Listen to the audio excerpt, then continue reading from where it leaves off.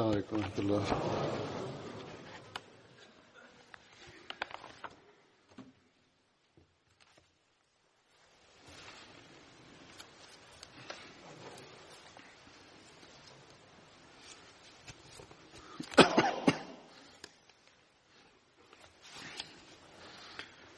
أشهد أن لا إله إلا الله وحده لا شريك له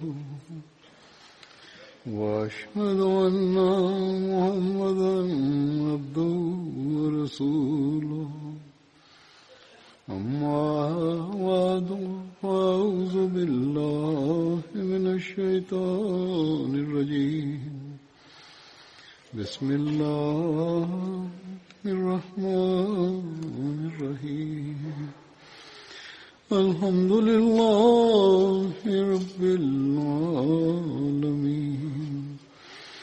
الرحمن الرحيم مالك يوم الدين إياك نعبد وإياك نستعين اهدنا الصراط المستقيم صراط الذين أنعمت عليهم غير المغضوب عليهم ولا الضالين. O'tgan xutbada men Hazrat Muhammad ibn Maslama to'g'risida aytib bergan edim. U haqda biroz zikr qolgan edi. Uni Xudo xohlasa bugun aytib beraman. Ka'b ibn Ashrafning o'ldirilishligi to'g'risidagi voqeada aytilgan ediki, Hazrat Muhammad ibn Maslama uni bir bahona bilan uydan uzoqqa olib borib qatl etgan edi. Bu yolg'on emasmidi? Bundan tashqari, ulamolar nazdida bir hadisga ko'ra 3 holatda yolg'on gapirishga ruxsat berilgan degan so'zlar ham aytilib keladi. Dar haqiqat, bu tushuncha noto'g'ridir. 3 holatda yolg'on gapirish joiz degan hadisga noto'g'ri izoh berilgan. Qisqasi, bu haqda Sirat Xanabban Nabiyyin dagi mazmunni izohlab o'tgan edim. Hazrat Masih Mavud alayhissalom ham o'z asarlari Nurul Qur'onda bir narsaning e'tiroziga javob berayotib, bu masalani yoritib bergan edilar. Mazkur asardan ba'zi qismlarini hozir aytib beraman. Undan islomda yolg'on gapirishga mutlaqo ruxsat yo'q ekanligi ma'lum bo'ladi. Nasroniy quyidagicha e'tiroz bildirgan. Rasululloh sallallohu alayhi vasallam 3 mahalda yolg'on gapirishga ruxsat berganlar va o'z dinini yashirish uchun Qur'oni Karimda ochiq oydin buyruq bor. Ammo Injil iymonni yashirishga ruxsat bermagan deb e'tiroz qilgan. Hazrat Masih Maud alayhissalom bu e'tirozga javob berayotib shunday deydilar: oydinlashishining rostgo'ylikka rioya qilish uchun Qur'oni Karimda qanchalik ta'kidlagan bo'lsa, men Injilda uning 10dan bir qismi borligiga ham ishonmayman. U Zot alayhissalom yana deydilar: Qur'oni Karim yolg'on gapirishni butparastlik bilan tenglashtirgan. Alloh taolo deydi: Fashtanibur rijsa minal awsani washtanibu qawlaz zur. Ya'ni butlar najosatdan yiroq bo'linglar va yolg'on gapirishdan ehtiyot bo'linglar. Qur'oni Karim yana bir joyda deydi: Ya ayyuhallazina amanu kunu qawwamina bil qisti shuhada'a lillahi walau ala anfusikum awil walidayni wal aqrabina. Ya'ni ey iymon keltirganlar, Alloh uchun guvoh bo'lib turib, adolatni mustahkam qoyim qilguvchi bo'linglar. Xoh bu guvohliklar tufayli o'zlaringizga yoki ota-onalaringizga va yaqin qarindoshlaringizga ziyon yetsa ham. Niso surasi 136-oyat. U Zot alayhissalom e'tiroz bildirgan kishiga qarata deydilar: Ey Xudodan qo'rqmaydigan kishi, Injilni ochib bizga bildiringchi, rostgo'ylik uchun Injilning qayerida shunchalik urg'u berilgan? So'ngra Hazrati Masih Maud alayhissalom e'tiroz bildirgan nasroniy Fath Masihga qaratib shunday deydilar: siz Rasululloh sallallohu alayhi vasallam uchun 3 holatda yolg'on gapirishga ruxsat berganlar deb yozgansiz. Ammo siz o'z johilligingiz tufayli xatolikka yo'l qo'ydingiz. Darhaqiqat hech bir hadisda yolg'on gapirishga ruxsat yo'q. Aksincha, hadisda qatl qilinsangiz ham, kuydirib yuborilsangiz ham rostgo'ylikni qo'ldan boy bermanglar degan so'zlari uchraydi. Qur'oni Karim adolat hamda rostgo'ylikni tark etmanglar, garchi jonlaringizdan voz kechishga to'g'ri kelsa ham deydi. Hadis esa sizlar kuydirib yuborilsangiz ham, o'ldirib tashlansangiz ham rost gapiringlar deydi. Agarda biron bir hadis Qur'oni Karim hamda sahih hadislarga qarshi bo'lsa, u quloq solishga loyiq emas. Zero biz sahih hadislar hamda Qur'oni Karimga qarshi bo'lgan hadislarni qabul qilmaymiz. Ammo ba'zi hadislarda toriyaning joizligiga ishora topiladi. Ya'ni qandaydir hikmat bois ikki xil ma'no anglatuvchi so'zni ishlatish nafratni qo'zg'atish uchun unga yolg'on deb nom beriladi. Ya'ni qarshilik bildiruvchi nafratlantirish uchun ikki xil ma'no anglatuvchi so'z ishlatgan gapga yolg'on deb nom bermoqdalar. U zot alayhissalom yana davom etib deydilar: biror johil va ahmoq kishi bironta hadisda shunday so'zning tasmuh sifatida yozilganini ko'rib, uni haqiqiy yolg'on deb tushunishi mumkin. Tasammuh degani birovga tushuntirish uchun osonroq so'zni ishlatishlik. Zero u islomda haqiqiy yolg'on iflos, harom hamda shirkka teng bo'lgan qat'iy qarordan bexabardir. Ammo toriya, ya'ni ikki xil ma'no anglatuvchi so'zni ishlatish darhaqiqat yolg'on emas. Ammo yolg'on tusda bo'lib, majburlik holatda oddiy kishilar uchun hadisdan uning joizligi ma'lum bo'ladi. Ammo yana yozilganki, toriyadan ham parhez qiladigan kishilar afzalroqdir.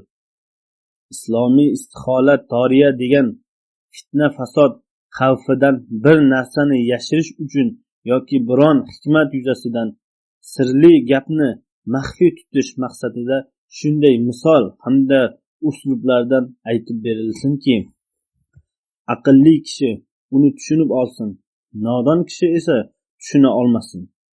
Uning o'y fikri gapirgan kishining maqsadi bo'lmagan tomoniga ketib qolsin. Keyin diqqat qilgan uchun gapirgan kishining yolg'on gapirilganligi, balki faqat rost gapirilganligi ma'lum bo'lsin. Unda hech qanday yolg'on aralashmagan va qalb ham bir zarrachagina yolg'on tomon moyillik bildirmagan bo'lsin.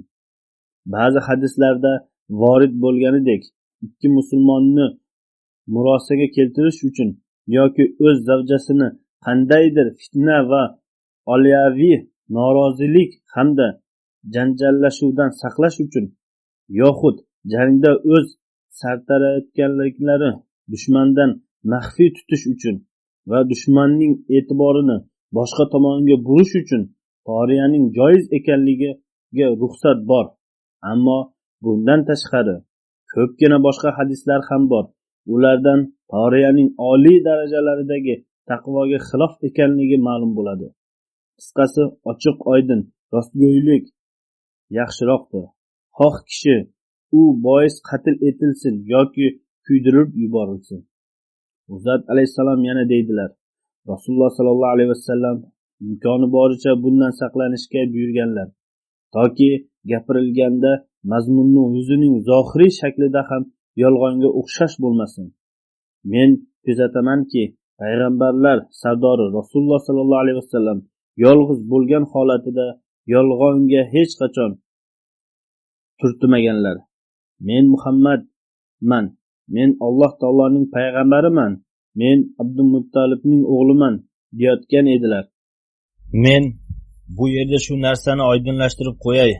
Mazkur kitobning sinoskasida bu kitob chop etilganda Uhud g'azoti degan so'z yanglishlik bilan yozilgan. Bu voqea Hunayn g'azotida yuz bergan, Uhud jangida emas deb yozilgan. Vaholanki bizning tadqiqot bo'limimiz bu haqda ma'lumot topib yuborishgan. Bu voqea Siratul Xilbiyada yozilishicha Rasululloh sallallohu alayhi vasallam bu so'zlarni Hunayn hamda Uhud jangi ikkalasida aytgan edilar. Nashriyot bo'limi, ya'ni nazorati ishoat bu sinoskani olib tashlasin. Men ko'p kuzatganmanki, ba'zida shoshqalonlik natijasida Hazrat Masih Maud alayhissalomning so'zlaridan qandaydir boshqa ma'no chiqarish yoki osonlashtirish uchun sinoskada bu xatolik bor edi yoki xatolik bilan yozilgan deb yozib qo'yishadi. Ko'p tadqiqot olib borish va bunga e'tibor qaratishga ehtiyoj bor. Bu voqea haqida ma'lumot menga yetib kelgan. Nihoyatda ochiq oydin yozilganki, Rasululloh sallallohu alayhi vasallam bu so'zlarni Hunayn hamda Uhud ikkala g'azotda aytilganlar. Demak, bu narsa ham shu yerda izohlanadi. U zot alayhissalom shunday deydilar: agar biron bir hadisda toriya so'ziga nisbatan osonlashtirish uchun yolg'on degan so'z ishlatilgan bo'lsa, uni haqiqiy yolg'onga yo'yishlik keskin johillikdir. Vaholanki Qur'on hamda sahih hadislar bir ovozdan haqiqiy yolg'onni qattiq harom hamda nopok deb aytadi va yuqori darajadagi hadislar toriya to'g'risidagi masalani oydinlashtirib bermoqda. Demak, faraz qilib ko'raylikki, biron bir hadisda toriya so'zining o'rniga yolg'on degan so'z ishlatilgan bo'lsa, Alloh taolo saqlasin. Undan murod qanday qilib haqiqiy yolg'on bo'la oladi? Balki bu narsa toriyani yolg'on tusda tushunib turib, uni osonlashtirish uchun unga nisbatan yolg'on so'zini ishlatishga kishining yuksak taqvodorligining bir belgisidir. Biz Qur'on hamda sahih hadislarga ergashishimiz kerak. Agar biron bir masala ularga qarshi bo'lsa, unda biz unga qarshilik bildiradigan ma'nolarni qabul qilmaymiz. Uzat alayhissalom yana davom etdi deydilar: Qur'oni Karim yolg'onchi kishilarni la'natlagan. Qur'oni Karim yana ochiqdan ochiq deydi: yolg'onchilar shaytonning do'stlari bo'ladi. Yolg'onchilar iymonsiz bo'lishadi. Yolg'onchilarga shaytonlar nozil bo'ladi. Qur'oni Karim yolg'on gapirganlar debigina buyurmagan, balki u sizlar yolg'onchilarga aralashmanglar, ularni o'zingizga do'st tutmanglar, Alloh taolodan qo'rqinglar va rostgo'yliklar bilan birga bo'linglar deydi. Qur'oni Karim yana bir joyda shunday deydi: siz gaplaringizda faqat rostgo'ylik bo'lsin, hazil, mutayyib sifatda ham unga yolg'on aralashmasin. Bu narsalar oldingi voqealarga tegishli edi. Endi izohlandi. Men Hazrat Muhammad ibn Maslamaning qolgan hayoti to'g'risida aytib o'taman. Banu Nozir qabilasi aldab Rasululloh sallallohu alayhi vasallam ustilariga tegirmon toshini tushirib qatl etishga harakat qilganida Alloh taolo vahiy orqali Rasululloh sallallohu alayhi vasallamga xabar bergan edi. Shunda Rasululloh sallallohu alayhi vasallam qandaydir ehtiyoj uchun turgandek shoshilib u yerdan ketib qoldilar. Rasululloh sallallohu alayhi vasallam Madinaga tashrif buyurdilar. Rasululloh sallallohu alayhi vasallam ketganlaridan so'ng sahobalar ham biroz kutgach, Uzot sallallohu alayhi vasallam orqalaridan Madinaga keldilar. Sahobalar Madinaga yetib borganlarida Rasululloh sallallohu alayhi vasallamning Hazrat Muhammad ibn Maslamani chaqirganlarini bilishdi. Hazrati Abu Bakr: "Ya Rasululloh, sizning turib ketganingizni biz bilmay qoldik" dedilar. Rasululloh sallallohu alayhi vasallam dedilar: "Yahudiylar menga nisbatan g'alamsizlik qilmoqchi edilar. Alloh taolo menga xabar berganida men turib ketib qoldim. Alloh taolo bu haqda quyidagi oyatni nozil qildi: Ya ayyuhallazina amanu uzkuru ni'matallahi alaykum id hamma qaumun an yabsutu ilaykum aydiyahum fakaffa aydiyahum ankum wattaqullaha va alallohi falyatawakkalul mu'minun. Ey iymon keltirganlar, Allohning ustingizdan bo'lgan ne'matini eslanglar. Bir qavm yovuz qo'llarini sizlarga uzatishga puxta iroda qilib qo'yganida u qo'llarini sizlardan to'sdi. Allohdan qo'rqinglar va mu'minlar Allohga tavakkal qilishlari kerak. Al-Moida 12-oyat. Qisqasi, Rasululloh sallallohu alayhi vasallam Hazrat Muhammad ibn Maslamani yahudiylar oldiga jo'natdilar. Bu voqea shunday rivoyat qilinadi. Hazrat Muhammad ibn Maslama Rasululloh sallallohu alayhi vasallam huzurlarida hozir bo'lganida, u zot sallallohu alayhi vasallam unga shunday dedilar: Banu Nozir yahudiylar oldiga borib, ularga shunday degin: Men Rasululloh sallallohu alayhi vasallam sizlar oldingizga mening shahrimdan chiqib ketinglar deb aytgani yubordilar.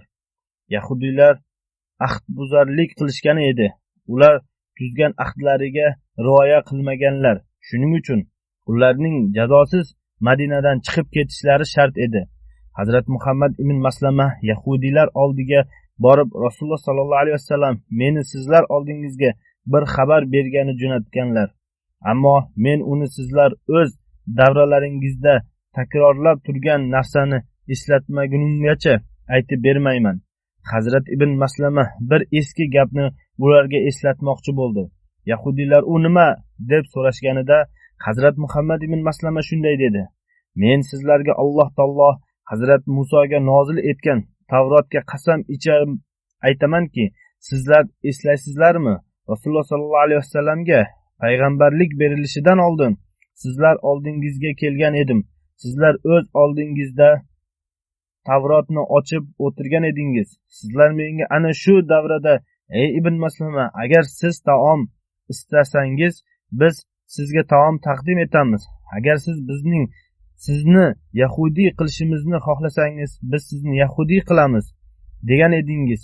Men u payt sizlarga: Sizlar meni taomlantiringlar, men yahudiy qilmanglar. Xudo haqqi, men hech qachon yahudiy bo'lmayman deb aytgan edim. So'ngra sizlar menga bir patnisda taom taqdim etdingiz. Sizlar bu payt menga shunday degan edingiz: Siz bu dinni faqat yahudiylarning dini bo'lgani uchun qabul qilmayapsiz. Siz eshitgan tavhidni xohlayapsiz. Rohib Abu Omar unga to'g'ri kelmaydi. Ya'ni siz bir payg'ambarning kelishi haqida eshitgansiz. U Abu Amir emas. So'ngra sizlar oldingizga kuladigan bir zot keladi. U jang qiluvchi bo'ladi. Uning ko'zlari qizg'intir bo'ladi. U Yaman tomondan keladi. Tuya minadi. Rido o'rniga bo'ladi. Ozginasiga ham qanoat qiladi. Qilichlari uning yelkalaridan bo'ladi. U hikmat bilan gapiradi. U sizlarga qarindoshlaridek bo'ladi.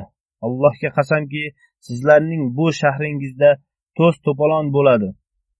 Qatlom bo'ladi. Musla bo'ladi. Ya'ni o'lgan kishilarning burun, quloq va hokazo a'zolari kesiladi. Yahudiylar bu so'zlarni eshitib, "Ha, biz shunday der edik" deyishdi. Hazrat Maslama ularga barcha gaplarni eslatdi. Ammo yahudiylar: "Bu payg'ambar o'sha payg'ambar emas" dedilar. Hazrat Maslama dedi: "Men sizlarga eslatadigan narsalarni eslatib bo'ldim." So'ngra Rasululloh sallallohu alayhi vasallam qaysi maqsad uchun jo'natgan bo'lsalar, uni aytib berdi. Hazrat Maslama dedi: Rasululloh sallallohu alayhi vasallam dedilar: "Sizlar men bilan tuzgan ahdni buzdingiz. Zero sizlar meni aldamoqchi bo'ldingiz." Hazrat Muhammad ibn Maslama yahudiylarga ular Rasululloh sallallohu alayhi vasallam haqida qilgan irodasi, ya'ni Amr ibn Jihosh toshni uloqtirish uchun qanday tomonga chiqqani to'g'risida aytib berdi. Shunda yahudiylar sukut saqlab bir so'z ham ayta olmay qoldilar. Hazrat Muhammad ibn Maslama ularga shunday dedi: Rasululloh sallallohu alayhi vasallam: "Sizlar mening shahrimdan chiqib ketinglar. Men sizlarga 10 kunga muhlat beraman. Undan so'ng kim shu yerda ko'rinsa, uning kallasini olib tashlayman" dedilar. Yahudiylar: "Ey ibn Maslama, Avas qabilasining biror vakili shunday xabarni bizga olib kelishini hech ham o'ylamagan edik, dedilar. Hazrat Muhammad ibn Maslama dedi: endi qalblar o'zgarib ketgan. Yahudilar bir necha kun tayyorgarlik ko'rib turishdi. Ularning ulovlari Zu-Jaddir nomli joyda edi. Ular olib kelindi. Zu-Jaddir Kubo tomonga Madinadan 6 mil uzoqlikdagi bir o'tloqdir. Ular hayvonlarni shu yerda o'tlatar edilar. Ular u yerdan Banu Ajjash qabilasining tuyalarini ijaraga olib yo'lga chiqishi uchun tayyorlanishdi. Yahudilarning munosabatlari qanaqa bo'lgan, buni bir joyda ikkinchi xalifa rahimahulloh alayhi ham qayd etilganlar. Unda Banu Qurayzaning sotqinlik voqeasi mavjud. Bu voqea Hazrat Ammor ibn Yosirning zikrida aytib o'tilgan. Ammo tarixiy jihatdan shu o'rinda aytib berish ham zarur. Ikkinchi xalifa radhiyallohu anhu deydilar: Banu Qurayza bilan muomala hal bo'lay deb qolgan edi. Ularning sotqinligi shu qadar ashaddiy ediki, uning ko'z yumib bo'lmas edi. Payg'ambarimiz sollallohu alayhi vasallam qaytib keliboq sahobalarga: sizlar uylaringizda dam olmanglar, balki oqshomdan oldinroq Banu Qurayza qalalariga yetib boringlar, dedilar. So'ngra Hazrat Aliga Banu Qurayzaga borib, ular nima uchun ahdni buzib sotqinlik qilganlarini so'ra, dedilar. Banu Qurayza esa hijolat chekish, kechirim so'rash yoki qandaydir bahona qilish o'rniga Hazrat Ali hamda uning sheriklarini so'ka boshladi. Yana Rasululloh sollallohu alayhi vasallam hamda oilalaridagi ayollarni haqoratlay boshladi. Yana dedilar: biz Muhammad Rasulullohning qilmaganini bilmaymiz. Biz bilan hech qanday shartnoma tuzilmagan. Hazrat Ali roziyallohu anhu ulardan javobni olib qaytib kelayotganida Payg'ambarimiz sollallohu alayhi vasallam sahobalari bilan birga yahudiylarning qal'alari tomon ketayotgan edilar. Yahudiylar so'kayotgan Payg'ambar sollallohu alayhi vasallam zavjalari va qizlariga nisbatan haqorat so'zlarini aytayotgan edilar.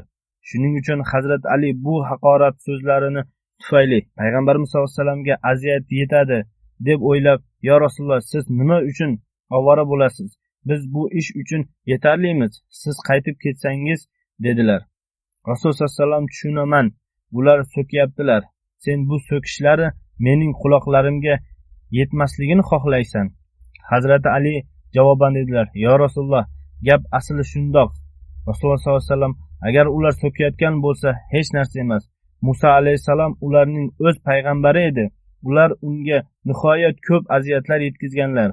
U zot sallallohu alayhi vasallam ana shu so'zlarni aytib bo'lib yahudiylar qal'alariga ketib qoldilar. Ammo yahudiylar qal'a eshiklarini yopib olib musulmonlar bilan urush boshlashdi. Hattoki ularning ayollari ham urushda qatnashishdi. Chunonchi qal'a devori ostida ozgina musulmonlar o'tirishgan edi. Bir yahudiy ayol tepadan toshni uloqtirib bir musulmonni o'ldirib qo'ydi. Biroq qisqa kunli kurashuvdan so'ng yahudiylar uzoq muddat kurasha olmasligini anglab yetib, qabila sardorlari maslahatlashib olishish uchun Payg'ambarimiz sollallohu alayhi vasallamga u zotning do'st qabilasi Avosning sardori Abu Labboba Ansoriyni jo'natishni iltimos qildilar. U zot sallallohu alayhi vasallam Abu Labbobni jo'natdilar. Yahudiylar undan: "Biz Muhammad Rasululloh sallallohu alayhi vasallamning qurollaringizni tashlab, o'zingizni menga topshirib qo'yinglar degan talablariga bo'ysunaylikmi?" deb maslahat so'rashdi. Hazrati Abu Labbob og'zidan "Ha" dedi. Biroq qo'li bilan o'z bo'yniga qatl etish belgisidek ishora qildi. Payg'ambarimiz sollallohu alayhi vasallam shu paytgacha hech qaror chiqarmagan edilar. Ammo Abu Labboba o'zi o'ylab tushunib, bu jinoyatning jazosi qatl etilishdir, boshqa yo'li yo'q deb o'ylamay netmay ishora bilan bir shunday narsani izhor etdiki, oxir oqibat u narsa yahudiylarning halokati sababchisi bo'ldi. Chunonchi yahudiylar Payg'ambarimiz sollallohu alayhi vasallam bilan sulh tuzishdan voz kechdilar. Agar ular Payg'ambarimiz sollallohu alayhi vasallamning qarorlariga bo'ysunganlarida edi, boshqa yahudiy kabi boshqalarga o'xshab ularga beriladigan eng katta jazo Madinadan badarg'a qilishni nasib etilardi. Ammo ularning baxti qarorligi shu ediki, ular biz Muhammad Rasululloh sollallohu alayhi vasallamning qarorini qabul qilmaymiz, balki biz o'zimizga do'st bo'lgan qabila Avvosning sardori Sa'd ibn Muazning qarorini tan olamiz. U qanaqa qaror chiqarsa ham uni qabul qilamiz dedilar. Biroq o'shanda yahudiylar orasida ixtilof paydo bo'ldi. Yahudiylardan ba'zilari bizning qavmimiz sotqinlik qildi, musulmonlarning munosabatidan ularning dini haqqoniyligi Qur'onda deb aytib o'z dinini tark etib islom dinini qabul qilib olishdi. Yahudiy sardorlaridan Amr ibn Saddi nomli sardor o'z qavmini la'natlab, sizlar shartnomani buzib sotqinlik qildingiz. Endi yo musulmon bo'linglar, yo jizya to'lashga rozi bo'linglar dedi. Yahudiylar dedilar, na musulmon bo'lamiz, na jizya to'laymiz. Qatl etilishligimiz bundan yaxshiroqdir. Shunda u sardor ularga, unda men qal'adan voz kechaman deb qal'adan chiqib ketdi. U qal'adan chiqayotganida Muhammad ibn Maslama yetakchi bo'lgan guruh uni ko'rib qoldi. Undan kim ekanligini so'raganlarida u o'zining nasl nasabini aytib berdi. Shunda Muhammad ibn Maslama dedi, arabcha salomatlik bilan ketavering. Yana shunday duo qildi, ey Alloh, meni oliyjanob kishilarning xatolarini bekitish, ezgu amaldan hech mahrum qoldirmagin. Ya'ni qaysi kishi o'zining va qavmining xatti harakatiga nadomat cheksa, bizning axloqiy farzimiz shuki uni kechirib yuboraylik. Shuning uchun men uni asirga olmadim va uni qo'yib yubordim. Alloh taolo doim menga shunday ezgu ishlarni qilishga kuch-quvvat ato etaversin. Payg'ambarimiz sollallohu alayhi vasallam bu voqeadan xabar topganlarida u zot sollallohu alayhi vasallam Muhammad ibn Maslamaga nima uchun yahudiyni qo'yib yubording deb hech ham tanbeh bermadilar. Aksincha, u zot sollallohu alayhi vasallam uning ishini olqishladilar. Demak, musulmonlar payg'ambarimiz sollallohu alayhi vasallamning ta'lim tarbiyalariga muvofiq doimo adolatli munosabatda bo'lishdi. Haybarliklar to's to'polon qilishgan, so'ngra Abu Roif yahudiy qatl etilgan. Uni qatl etish uchun yuborilgan guruh ichida Hazrat Muhammad ibn Maslama ham bor edi. Abu Roif bir kishi qatl etilgan, ammo u yerga borgan guruh qatorida Hazrat Maslama ham bor edi. Hazrat Mirzo Bashir Ahmad sohib tarix kitoblariga tayanib bu voqeani quyidagi tafsirlarini yozganlar. Qaysi yahudiy raislarining fitna fasodini qo'zg'ashi hamda gizgizlashi bois 5-hijriy yilining oxirida musulmonlarga qarshi Ahzob jangining xavfli fitnalari barpo etilgan bo'lsa, shu jumladan Huya ibn Axatab hamda Banu Qurayza qabilasi bilan birga o'z payoniga yetgan edi. Ammo kunyasi Abu Rauf bo'lgan Salom ibn Abil Huqayq hozirgacha Haybar hududida oldingidek erkinlik bilan o'z fitnachiligini bilan band edi. Balki Ahzobdagi xorlik bilan to'la mag'lubiyat hamda Banu Qurayzaning qo'rqinchli oqibati uning dushmanligini yanada oshirib yuborgan edi. G'atfon qabilalarining turar joyi Haybarga yaqin edi. Haybardagi yahudiy hamda Najdaddagi qabilalari o'zaro qo'shniliklar edi. Uning uchun boy badavlat hamda katta savdogar Abu Rofi Najdaddagi vahshiy hamda jangovar qabilalarni musulmonlarga qarshi gijgizlashni o'ziga odat qilib olgan edi. Rasululloh sollallohu alayhi vasallamga qarshi dushmanlikda u kabi Ibn Ashrofning butunlay o'xshash edi. Chunonchi biz zikr etayotgan davrda u g'atfonliklarga Rasululloh sollallohu alayhi vasallamga qarshi hujum qilish uchun katta mol mulk bilan yordam bergan. Tarixdan isbotlanadiki, Shabbon oyida Banu Sa'ad tomonidan musulmonlarda paydo bo'lgan xavf-xatarning oldini olish uchun Hazrat Ali qo'mondonligida bir askarlar guruhi Madinadan jo'natilgan edi. Bu qo'zg'olonning ortida ham Haybardagi yahudiylarning qo'li bor edi. Ular Abu Rauf boshchiligidagi bunday fitna fasodlarni uyushtirgan edilar. Ammo Abu Rafi faqat bu bilan cheklanmadi. Uning dushmanligi olovi musulmonlar qoniga tashna edi. Payg'ambarimiz sollallohu alayhi vasallamning zotlari uning ko'zlariga tikandek sanchilar edi. Chunonchi u Ahzob jangiga o'xshab Najddagi G'atfon qabilalari va boshqa qabilalar oldidagi borib musulmonlarni yo'q qilish uchun ularni bir buyuk lashkar sifatida jamlay boshladi. Ahvol shu darajaga yetganda va musulmonlar ko'zi oldida Ahzobdagi manzaralar ko'rina boshlaganida Hazraj qabilasidagi ba'zi ansoriy sahobalar Rasululloh sollallohu alayhi vasallam huzurlarida hozir bo'lib, bu fitna fasod mulojasi uning asoschisi Abu Rofini yo'q qilishdir dedilar. Rasululloh sollallohu alayhi vasallam mamlakatda keng miqyosdagi xunrezlik o'rniga bir fitnachining o'ldirilishligini afzalroq ekanligini o'ylab, uni o'ldirishlikka izn berdilar. Biroq ayollar va bolalarni o'ldirishdan qaytardilar. Chunonchi 6-hijriy yilining Ramazon oyida bu guruh yo'lga chiqib, nihoyatda hushyorlik bilan o'z ishini tamomlab qaytib keldi. Shunday qilib, Madina osmondagi musibat bulutlari tarqalib ketdi. Hammasi Hazrajning Banu Salma urug'idan bo'lgan Abdulloh ibn Atik boshchiligidagi 4 kishilik guruh bu vazifani ado etishga otlanib, Abu Rofimning qal'asi joylashgan Xaybar tomonga yo'l oldi. Abu Rofi payg'ambarimiz sollallohu alayhi vasallamga qattiq aziyat yetkazar edi hamda odamlarni Rasululloh sollallohu alayhi vasallamga qarshi gijgijlab ularga yordam berardi. Sahobalar yetib kelishganida kun botib qolgan edi va odamlar chorvalarini haydab kelishayotgan edi. Abdulloh ibn Atik sheriklariga, sizlar shu yerda o'tirib turinglar, men borib eshikbon bilan tilashib ko'raychi, zero ichkariga kirib olsam dedi. So'ng darvozaga yaqinroq borib, yuzini kiyimi bilan o'rab olib, go'yo hojat ado etayotgan odamdek o'tirib, odamlar kirib bo'lgach, eshikbon, hoy Allohning bandasi, kirsang tezroq kirib ol, men eshikni berkitaman deb chaqirdi.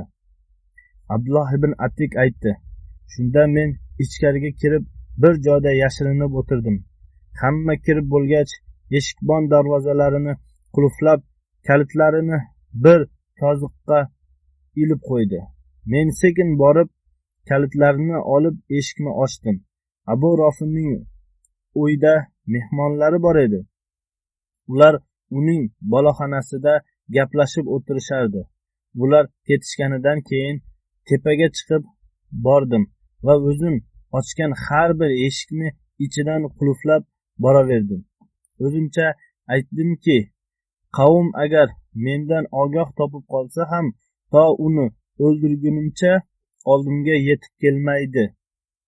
Uning xonasiga yetib kelganimda, u chiroqni o'chirib uxlashga tayyorlanayotgan edi. Xonasi ko'p qorong'i edi. Shundan keyin Abu Rofi deb chaqirdim. Kim u? dedi. Shunda men ovoz chiqqan tomonga yaqinlashib qilich soldim. Qorong'ulik edi. Yana hayajonlangan edim. Shuning uchun zarbam xato ketdi. U qichqirib yubordi. Men tashqariga chiqib biroz turdim-da, keyin ichkariga kirib ovozimni o'zgartirib, nima shovqin ey Abu Rofi dedim. U meni o'z xizmatkorlaridan biri deb gumon qildi. Onang o'lgur kimdir menga qilich urmoqchi bo'ldi dedi. Shunda men unga yana qilich urib yaraladim, lekin o'ldirolmadim. So'ngra qilichimning 3-zarbasi bilan uni o'ldirdim. Shundan so'ng men shoshilib eshiklarni birma-bir ochib uydan tashqariga chiqdim. Zinopoyadan tushar ekanman, yerga yetdim degan o'yda oyog'imni qo'ydim. Shunda oyog'im toyib yiqilib tushdim va boldirim sindi. Oyog'imni sallam bilan chandib bog'lab oldim-da, borib eshik yonida o'tirdim. To o'ldirganimni aniq bilmagunimcha ketmayman dedim. Xo'roz qichqirgach, bir kishi devor ustiga chiqib, Hijoz ahlining tojiri Abu Rofining o'limidan xabardor bo'linglar, deya qichqirdi. Men shundan so'ng sheriklarim yoniga bordim va ketdik tezda. Alloh Abu Rofini halok qildi dedim. Keyin Rasululloh sollallohu alayhi vasallam huzurlariga qaytib bo'lgan voqeani aytib berdi. U zot oyog'ingizni uzating dedilar. Oyog'imni uzatgan edim, silab qo'ydilar. Shu bilan oyog'im butunlay tuzalib zarar ko'rmagandek bo'lib ketdim. Yana bir boshqa rivoyatda shunday zikr uchraydi. Abdulloh ibn Atiq Abu Rofiga hujum qilganida uning zavjasi nihoyatda shiddatli qichqira boshladi. Shunda men uning qichqirig'ini eshitib, boshqa kishilar uyg'onib ketmasin deya xavotirlanib, uning zavjasiga qilich ko'tardim. Ammo Rasululloh sollallohu alayhi vasallam ayollarni qatl etishdan man etganlarini eslab, irodamdan qaytdim. Sirat Xotaman Nabiyinda shunday yozilgan: Abu Rofining qatl etilishi joizligi to'g'risida hech qanday bahs munozaraga berilmaslik kerak. Abu Rofining qonli xatti-harakatlari tarixdagi bir ochiq sahifadir. Shunga o'xshagan Ka'b ibn Ashrof voqeasida bu haqida batafsil bahs yuritilgan. U payt musulmonlar nihoyatda kuchsiz holatda 4 tomonidan musibatlarga duch kelgan edilar. Barcha mamlakat musulmonlarni yo'q qilish uchun birlashayotgan edi. Shunda o'ta nozik vaziyatda Abu Rofi arab qabilalarini islomga qarshi qo'zg'ayotgan edi. Men to'liq tarixni aytib bermay, uning xulosasini aytib o'tmoqdaman. Ya'ni Abu Rofining o'ldirilishi nima uchun joiz edi? U Ahzab g'azotatiga o'xshab arablardagi vahshiy qabilalarni birlashtirib Madinaga hujum qilish uchun tayyorlagan edi. O'sha payt arablar arzlanish uchun hech qanday davlat yo'q edi. Balki har bir qabila o'z joyida erkin bo'lgan, o'zini himoya qilish uchun o'zi biror chora ko'rishdan boshqa iloji yo'q edi. Bu haqda o'tgan xutbada ham batafsil aytib bergan edim. Ya'ni nega shunday qilgan va sabablari qanaqa edi? Hech qanday hukumat yo'q edi. Qaysi hukumat bor bo'lsa, u Rasululloh sollallohu alayhi vasallamning o'zlariniki edi. Demak, bu sharoitlarda sahobalarni nima qilgan bo'lsalar, ular mutlaqo to'g'ri hamda asli edi. Jang vaziyatida bir qavm o'lim hamda hayotlik holatidan o'tayotganda shunday hiyla tadbir joiz sanaladi. Hazrat Umar roziyallohu anhu Hazrat Muhammad ibn Maslamani o'z xalifalik davrida Juhayna qabilasidan zakot to'plagani tayinlagan edilar. Biror hokimga qarshi shikoyatlar tushganda Hazrat Umar tadqiqot uchun uni yuborar edilar. Shuningdek, Hazrat Umar roziyallohu anhu davlat soliqlarini olish uchun Hazrat Maslamaga ishonib uni yuborardilar. Hazrat Maslama Hazrat Umar huzurlarida chigal masalalarni yechish uchun tayinlangan edi. Hazrat Sa'd ibn Abi Waqqos Kufada qasr qurib olganida u haqda tadqiqot qilish uchun Hazrat Umarning vakillari sifatida Hazrat Maslama borgan edi. Bu haqda shunday rivoyat uchraydi. Hazrat Umarga Hazrat Sa'd ibn Abi Waqqosning bir qasr qurib, unga darvoza o'rnatganini va shu bois ovoz eshitilmay qolgan xabar edi. Chunonchi u zot roziyallohu anhu Hazrat Muhammad ibn Maslamani yo'lga chiqardilar. Hazrat Umar roziyallohu anhu odatlari shunday ediki, u zot o'zlariga yoqqan bir ishni qilmoqchi bo'lganlarida Hazrat Maslamani yuborardilar. Hazrat Umar Hazrat Maslamaga shunday dedilar: Saat oldiga borib, uning darvozasini yoqib yuboring.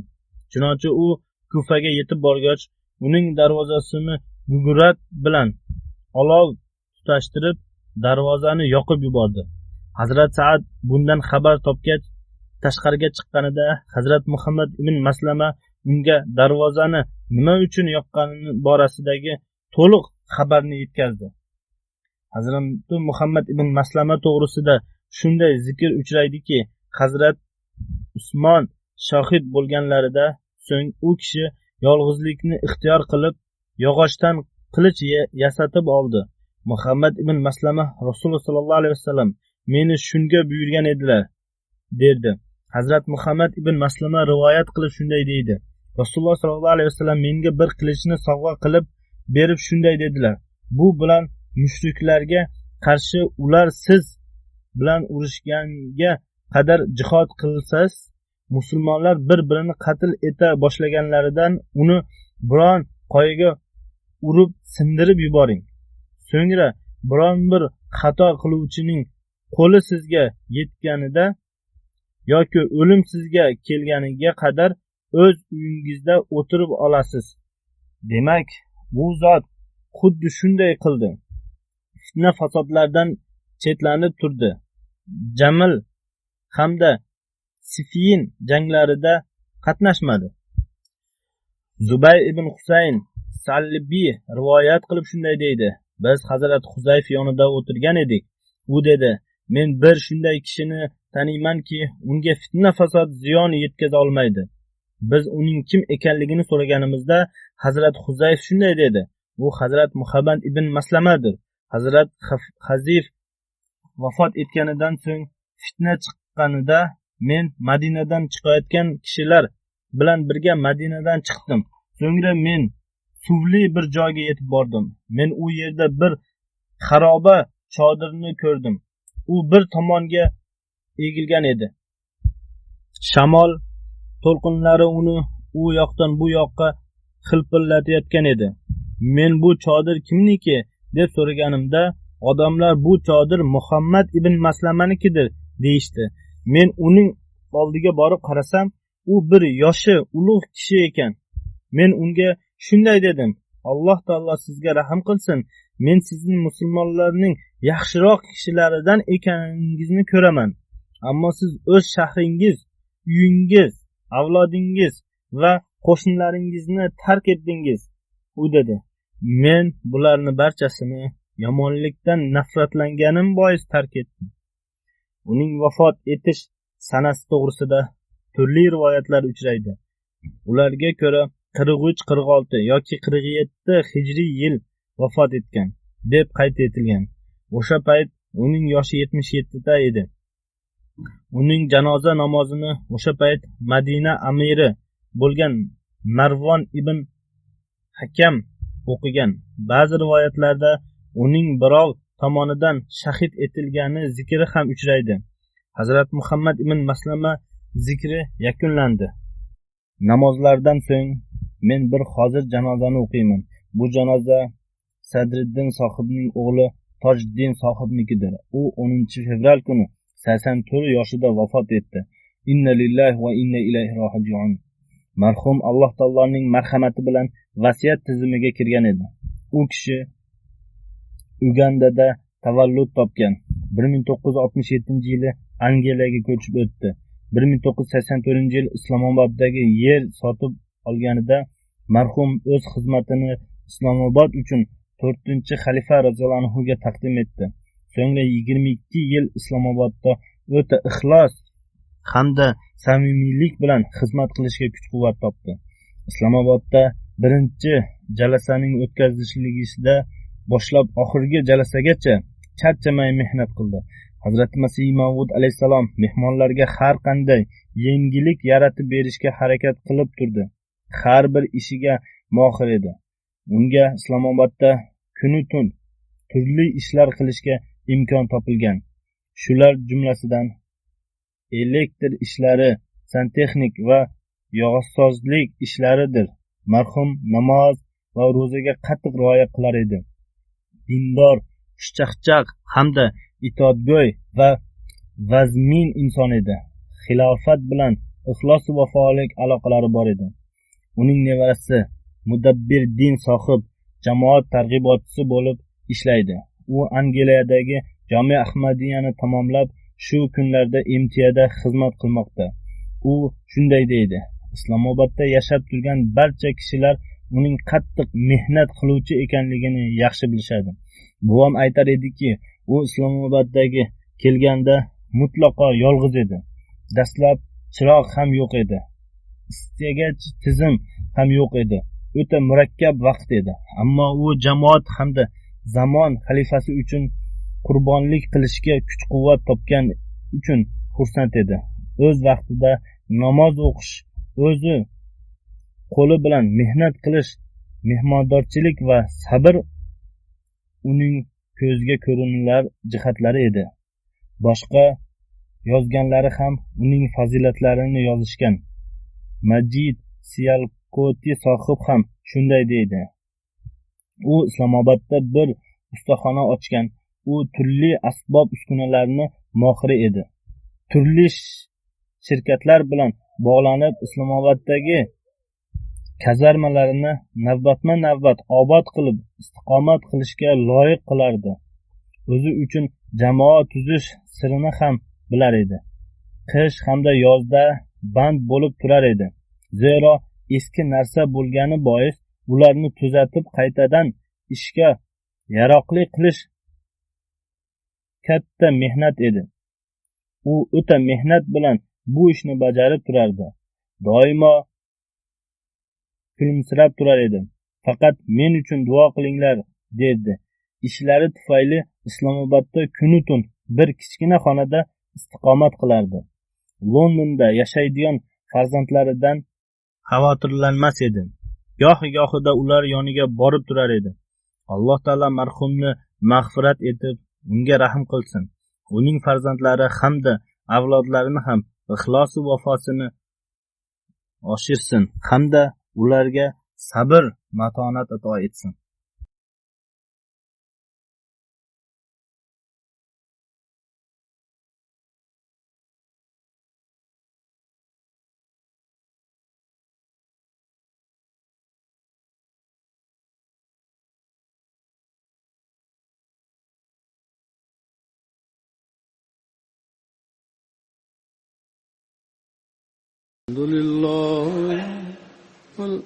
الحمد لله نحمده ونستعينه ونستغفره ونؤمن به ونتوكل عليه ونعوذ بالله من شرور أنفسنا ومن سيئات أعمالنا من يهده الله فلا مضل له ومن يضلل فلا هادي له ونشهد أن لا إله إلا الله ونشهد أن محمدا عبده ورسوله عباد الله رحمكم الله إن الله يأمر بالعدل والإحسان وإيتاء ذي القربى